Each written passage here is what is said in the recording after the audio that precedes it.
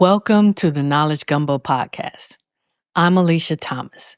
This is a space where we share the stories and the wisdom of Black women who shape the world we're still working to build. Each week consists of sharing one quote, a little context, and an honest reflection, followed by a question you can carry with you.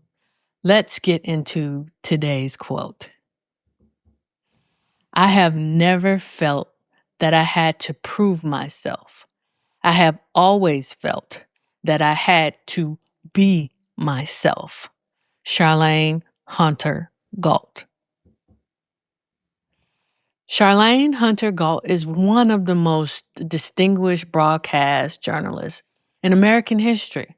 In 1961, she and Hamilton Holmes became the first Black students to desegregate the University of Georgia, a moment that was met, of course, with riots and violence.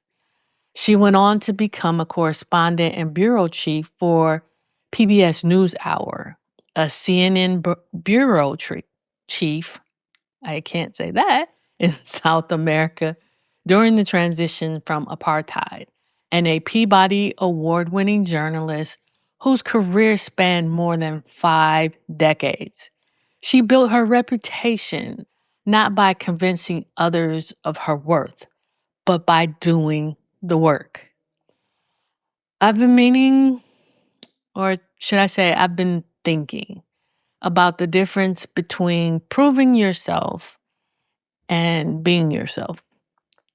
Because from the outside, the two things can look the same and both require a level of effort. Both require showing up, but they start from completely different places. Proving yourself means you're already accepted someone else's premise or view that you are in question, that your mere presence requires justification, that the burden is on you to earn what others simply inherit. When you operate from that place, you're always working in response to someone else's doubt. You're feeding your own doubt. You're forever playing defense. Being yourself is entirely different. It doesn't mean you're rigorous. Hunter-Gault was rigorously prepared, always prepared. And it doesn't mean you, how do I say it? It doesn't mean you don't care about doing excellent work, because of course she cared deeply. It means you start from a belief, a foundation that you belong. I believe I heard President Obama say, you have to walk into every room knowing that you belong in that space, that your perspective is worth something. You have to know, and I have to know, that my presence is not a concession to meet a quota, but it's a right based on my scholarship, on my work ethic, on my knowledge base. What strikes me about this quote is how it's low-key radical. And I don't believe she said it in a way that it was supposed to be motivating. It was simply a statement of fact, a statement of truth.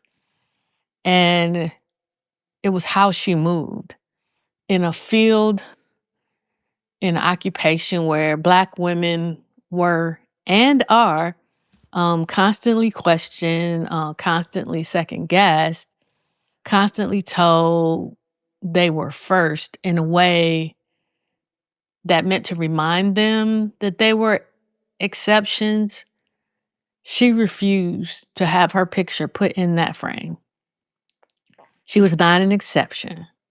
She was a journalist, and that's a full stop. And that is where the distinction matters, because how I see myself determines what I will and won't accept from the rooms that I walk into.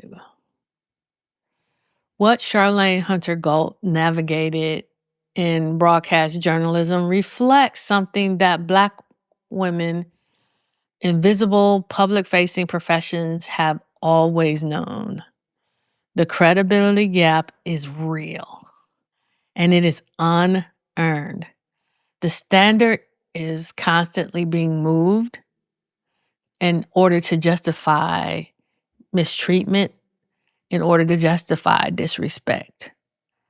Yet, generation after generation of Black women journalists have built careers of extraordinary distinction anyway.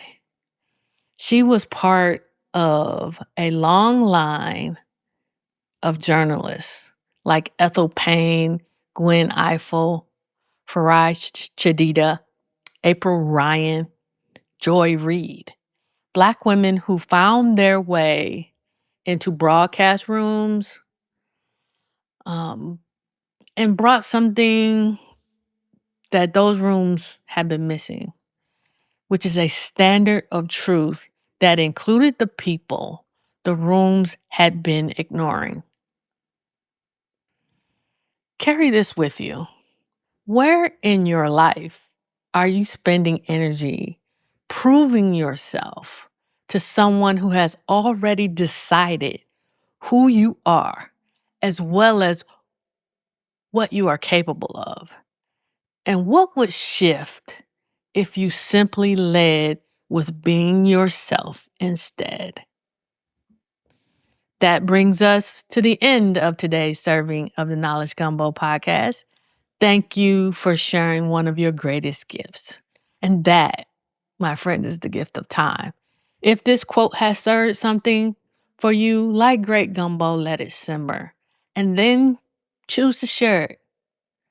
Until next time, take great care of your mind, of your body, and your soul.